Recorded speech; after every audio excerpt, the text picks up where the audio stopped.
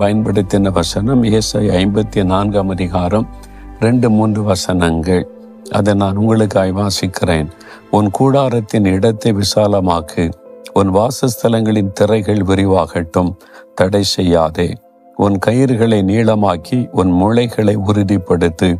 நீ வலதுபுறத்திலும் இடதுபுறத்திலும் இடங்கொண்டு பெருகுவாய். உன் சந்ததியார் ஜாதிகளை சுதந்தரித்து கொண்டு பாழாய் கிடந்த பட்டணங்களை குடியேற்றுவிப்பார்கள். நீ வலதுபுறத்திலும் இடதுபுறத்திலும் இடங்கொண்டு பெருகுவாய். ஆண்டவர் உங்களுக்கு வாக்கு கொடுக்கிறார். என் மகனே, என் மகளே, நீ பெருகுவாய். நீங்க என்ன செய்து கொண்டிருக்கிறீங்க? படித்து கொண்டிருக்கிறீங்களா? உங்களுடைய ஞானத்தை தேவன் பெருக பண்ணுவார். வேலை செய்து கொண்டிருக்கிறீங்களா? வேலையிலே திறமைகளை பெருக பண்ணி மேலும் மேலும் உயர்த்துவார். வியாபாரம் செய்து கொண்டிருக்கிறீர்களா? வியாபாரத்தின் எல்லைகளை விரிவாக்கி பெருக பண்ணி வலதுபுறம் இடதுபுறம் பெருகும்படி கர்த்தர் செய்வார். விவசாயம் செய்கிறீங்களா? நிலத்தின் விளைச்சலை பெருக பண்ணி ஆசீர்வதிப்பார். ஊழியம் செய்கிறீங்களா? உங்களுடைய சபையை கர்த்தர் ஆசீர்வதித்து பெருக பண்ணுவார். நீ என்ன செய்து கொண்டிருந்தாலும் வலதுபுறத்தும் இடதுபுறத்திலும் இடங்கொண்டு பெருகும்படி கர்த்தர் உங்களை பெருக செய்வேன் என்று வாக்கு கொடுக்கிறார். விசுவாசிங்க. ஆண்டவருக்கென்று பெரிய காரியத்தை திட்டமிடுங்க. ஆண்டவரிடத்திலிருந்து பெரிய காரியத்தை எதிர்பாருங்க. இன்னைக்கு எதிர்பார்க்கிறீங்களா?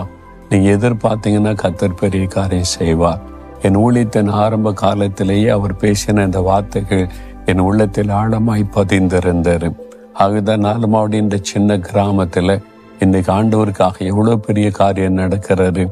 காரணம் விசுவாசம். இயேசுவனிடத்தில் இந்த பெரிய காரியத்தை நான் எதிர்பார்த்தேன். இயேசுக்காக பெரிய காரியத்தை திட்டமிட்டதுனால இதெல்லாம் ஆண்டவர் செய்து முடித்திருக்கிறார். உங்க வாழ்க்கையில் ஆண்டவர் செய்வார். விசுவாசிங்க. இன்றைக்கு பெரிய காரியம் உடைய வாழ்க்கையில நடக்கும். விசுவாசிக்கிறீங்களா?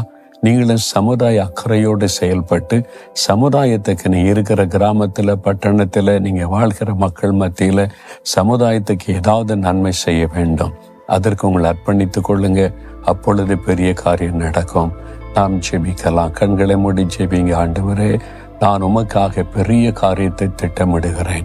உம்மிடத்தில் இந்த பெரிய காரியத்தை எதிர்பார்க்கிறேன். வலதுபுறத்திலும் இடதுபுறத்திலும் இடங்கொண்டு பெருகுவாய் என்ற வார்த்தையின்படி நீர் என்னை பெருக பண்ணுகிறதற்காய் ஸ்தோத்திரம்.